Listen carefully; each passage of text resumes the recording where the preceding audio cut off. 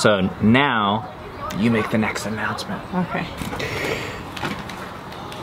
Tonight.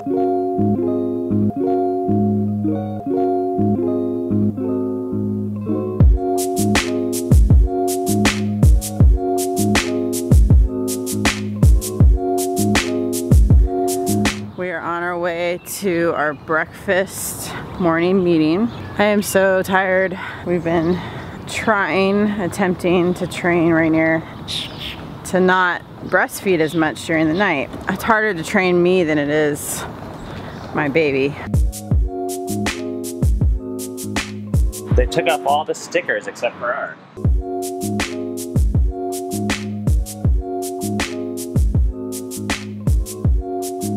It was a hard night, and I'm treating myself.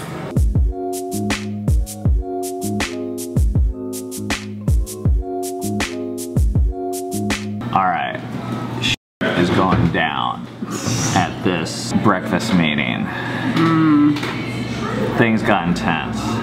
Last night, Rainier was screaming his brains out because we've decided to feed him less during the night. And as he was screaming, I just had this feeling like this is really important that we win this battle as parents, that we don't give in right now. Because it was kind of like the temper tantrum type screaming. There's like the, oh, I'm a little baby, and I'm hungry and helpless scream. And then there's the like, I will get my way right now and I'm pissed at the world scream. It was more that. So we were like, okay, we're gonna hold out. So he screamed for a while, and something happened in the last day or 2 or 3 in this week where all of a sudden, sitting down at this breakfast meeting, the thought occurred to me, what if we don't take him to Israel? What if he's done breastfeeding? And I mentioned that to Cammie, and she melted down. A little bit. Not really melted down, but you were shocked. I knew that that was the right decision here, but like here, I'm just like, oh. And I wasn't shocked because I wasn't really thinking of like being done breastfeeding him and leaving him for 2.5 weeks. I wasn't thinking that way. I was thinking I'm gonna like wean him off slowly. But last night I tried that and it was so hard. And this morning she woke up. She was like, I'm gonna read Baby Wise. Which is big for me because I don't really like that book. Granted, I haven't read it. I never read it. I just have weird feelings around it. It was humbling because I'm like, yeah, I need help.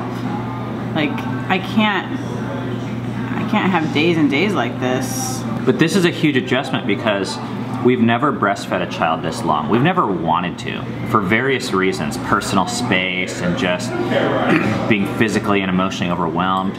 We've both decided, hey, let's get the kid to stop breastfeeding kind of as sooner rather than later. So we can leave him, actually. Yeah, so we can take off and travel the world. And now for the first time here we are, where we're like actually traveling the world with a baby, and we're like not trying to get away from him. We're actually trying to decide what's best for the family, for the child, for emotional bonding and stuff we've never even cared about or considered. And we really just enjoy the stage that we're in. And here's another huge factor, which we didn't vlog about, so forgive us for not sharing all of our biological details, but Cammie started her cycle last week. And that actually had a huge impact on the way we're seeing the world right now, because that without that happening, which had been what, 15 months you said? We felt like our job is just to focus on this child. We don't know if we're gonna have another child. We're not really thinking about the future, what's next, that's it. Now all of a sudden, with her starting her cycle, she can get pregnant again. Which is just like, whoa, that's weird.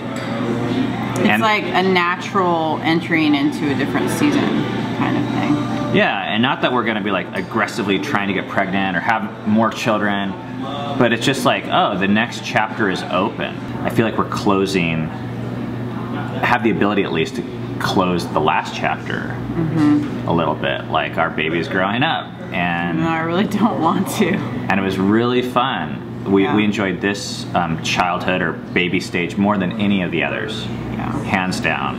More, so much pleasure came out of you know, our interaction with him, Rainier as a baby.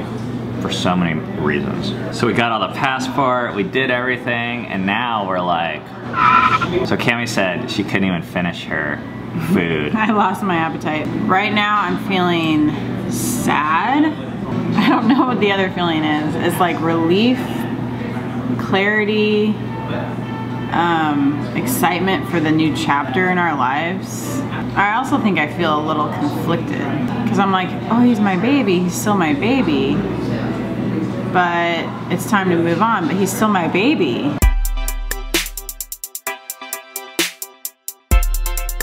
Cami's having second thoughts because when we were in the coffee shop, that song Cats in the Cradle was playing.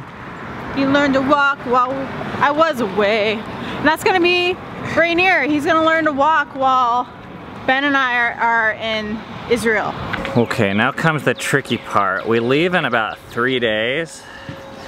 So we're gonna try and arrange childcare for 2 or 3 weeks for a toddler, but there are perks to moving your parents into your backyard. Mother, how would you feel? How would I feel? About spending 2 or 3 weeks with Rainier while we're in Israel? Dad, how do you feel about that? What happened? What happened? We're thinking about leaving him behind. Leaving behind. I think it's doable, but it's the last resort if All right. well, you have to ask Daddy. All right. Daddy wouldn't volunteer.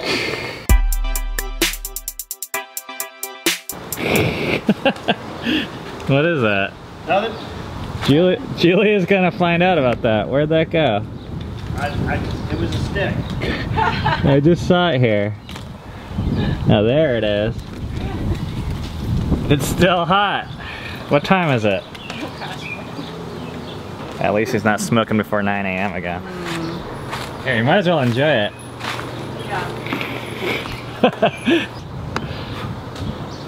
I told Ben I could smoke a cigar every single night, and I would really enjoy that. Yeah, Julia, it's like 2 cigars. It means like 45-minute date night with me. Oh yeah. Cami's gonna be joining the Eric AM smoking club here pretty soon.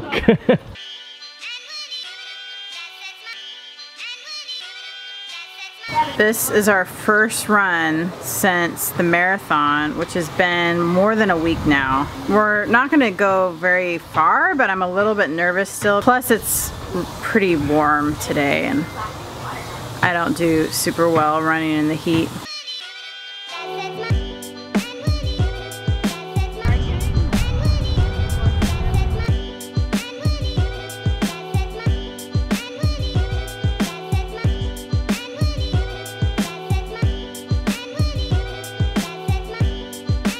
Well, I felt pretty good. I had no soreness, which is amazing because how I felt right after the marathon.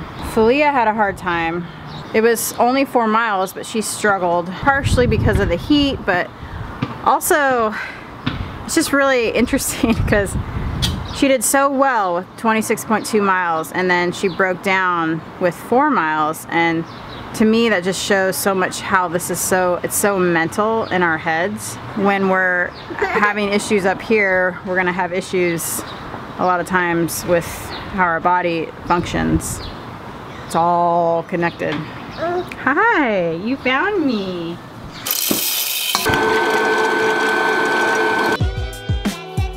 Since our 400th episode, we had you guys fill out this questionnaire, and we actually got a ton of responses, and I was kind of floored by what you guys said and the stories that you shared. But we also asked for feedback on what the most valuable parts of the vlog are. 74 people responded. We asked you guys to rank the different parts of the vlog in terms of how valuable they are for you. So the first category was just seeing day-to-day life, and most of the people said it was really valuable.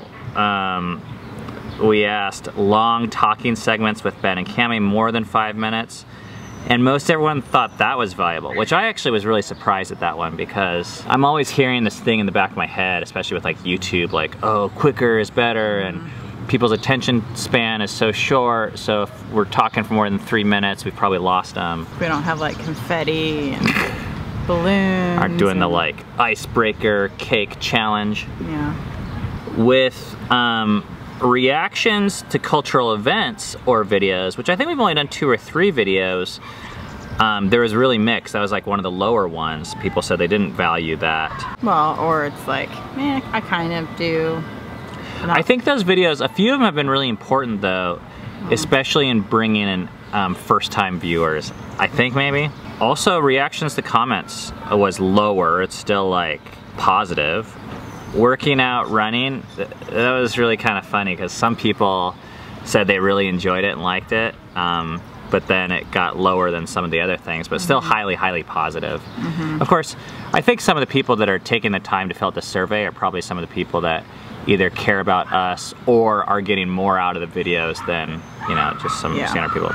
This was really an interesting one, the Financial Fridays.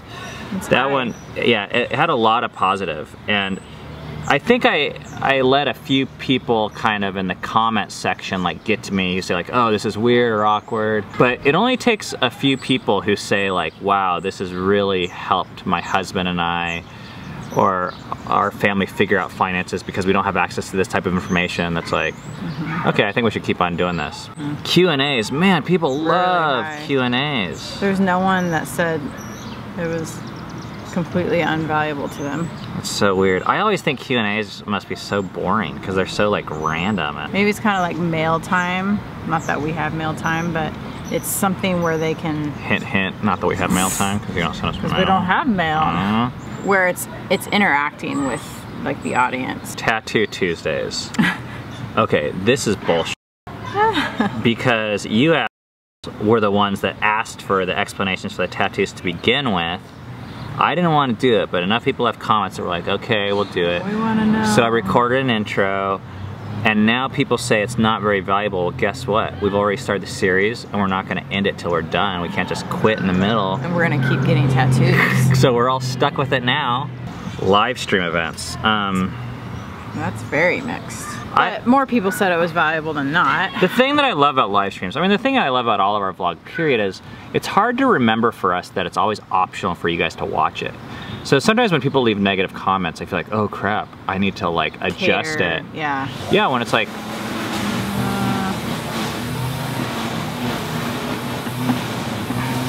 if you don't like it, you can always turn it off. And the live stream events are a great example of that because it's an hour. If you want to know more about our family and get more into the behind the scenes stuff, I'm glad it's there.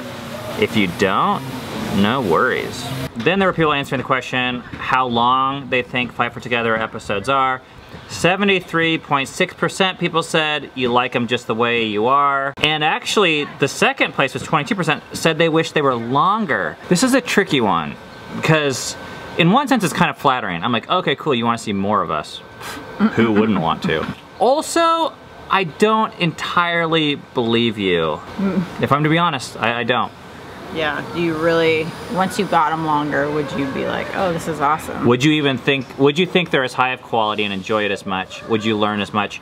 And would you watch as much? Because I know for me, when things are longer, I might like it, but the reality is, I can't watch it as much or as often. A lot of people that took the survey watch Fight for Together every single day, which is really cool for me to even know that anyone's doing that, because that was kind of the vision for the format. Growing up going to church, there was this like once a week sermon, and you had like 40 minutes to really teach everyone everything that was important and hope they came back next week. We felt like the real way for people to have their lives changed is through consistently seeing something from a bunch of different angles. And we hope to give you guys one pretty comprehensive viewpoint of at least the way we're doing it. I wish we had something like this to watch every day, to relax. It'd be like Casey Neistat, but valuable. I don't know, we don't have anything like that right now. Then we asked the question, do you have any suggestions for how to improve the episodes? And these are some of the answers we got. Talk more about your faith, Videos focusing on just one topic, specific details about your religious views and how those impact your daily decisions. For example, your thoughts on consuming alcohol or nicotine. Lori said seeing the kids more. Mariah said to see more interactions with the kids and to see their day-to-day life. I feel like we do show them a lot, but it's hard to show them more because they don't always want to be filmed. Eden just did a vlog, like all on her own, which I think was really cool. So I think we're gonna do more of those. Mari S says less talking segments and in smaller pieces rather than long and drawn out. Like this video, sorry. Practically Prolific says, I would love to hear your and Cami thoughts on, oh, this was a long one. I would love to see a segment where you guys spotlight an area of your home and talk about how you've set it. That was actually a really cool idea, I thought, and we, I don't know. The thought of going through our home and picking the spot seems kind of like daunting because it just seems kind of obvious to us. Yanu Kalina says, I enjoy seeing people meeting and engaging with each other who have different fundamental views on stuff without arguing to death, but in respect. Example, friends who send their kids to high school, couples where the one works in a usual job or the hubby stays home. I really wish we had this potential, and I'm not sure how to do it because I think our vlog would be more relatable and real in a way if we could get different opposing viewpoints. The problem is getting people on camera to talk about stuff that disagree is actually really hard, I found. Just like Kim says, more interactions with Ben's parents. They don't necessarily like to talk on camera either. Jess suggested maybe a why we buy blank feature, like why we buy the kind of running shoes and not that kind, why we buy good brands on some things and why we buy cheap on others. I actually like that idea. I think we've tried to do that a little bit with chairs and shoes and certain things, but okay, I don't know if this was interesting. It sounded really interesting in my head when I was like thinking about going through all these things, because it was really interesting for us to see your feedback. We read every single response, and in the end we asked if you wanted to join our emailing list. I'm gonna put a link to that in the comments below and in the description. I hope you guys consider that, just because I actually think YouTube is kind of fragile. If things ever don't go forward on YouTube, we would still like to keep in touch with those of you guys that are interested in this message, whether it's through email or writing books or other websites or other video platforms, whatever. So that's why we're gathering that email address. We've like used it maybe 4 times. This reminds me, since I'm doing all the talking, a lot of people said they want to hear Cami more, which is a little hurtful to my feelings. About 2%. I mean, no, it's hard. It was harder a lot longer. But now I'm like, you know what? I actually want to hear Cami more too. Especially if they're all women, they want to hear another woman. Well, yeah, it makes sense. I want to hear you more. But it's not that they don't want to hear you. But here's the thing. Getting Cami to talk on camera takes twice as much energy as just saying it myself. Both because I'm more aggressive and will pick up the camera and talk. Like if Cami would never vlog like on her own. No. And then second of all, when I want her to say something, I actually have to like grab the camera, pick it up, go over to her and say, hey, this is a good topic, why don't you talk about it? And then she gives me this look, she's like, oh. Not always. Not always, a lot of times. So we've heard you on that, and I actually think there's gonna be more of that in the future. It's just not a natural thing, and it takes a lot more energy for us. I think I've gotten better at it. I don't know if you can tell. Tonight, we are doing something special with our kids because they just ran a whole freaking marathon and we want to celebrate that with them. So we're watching a movie and we're having popcorn, probably candy. It'll be fun.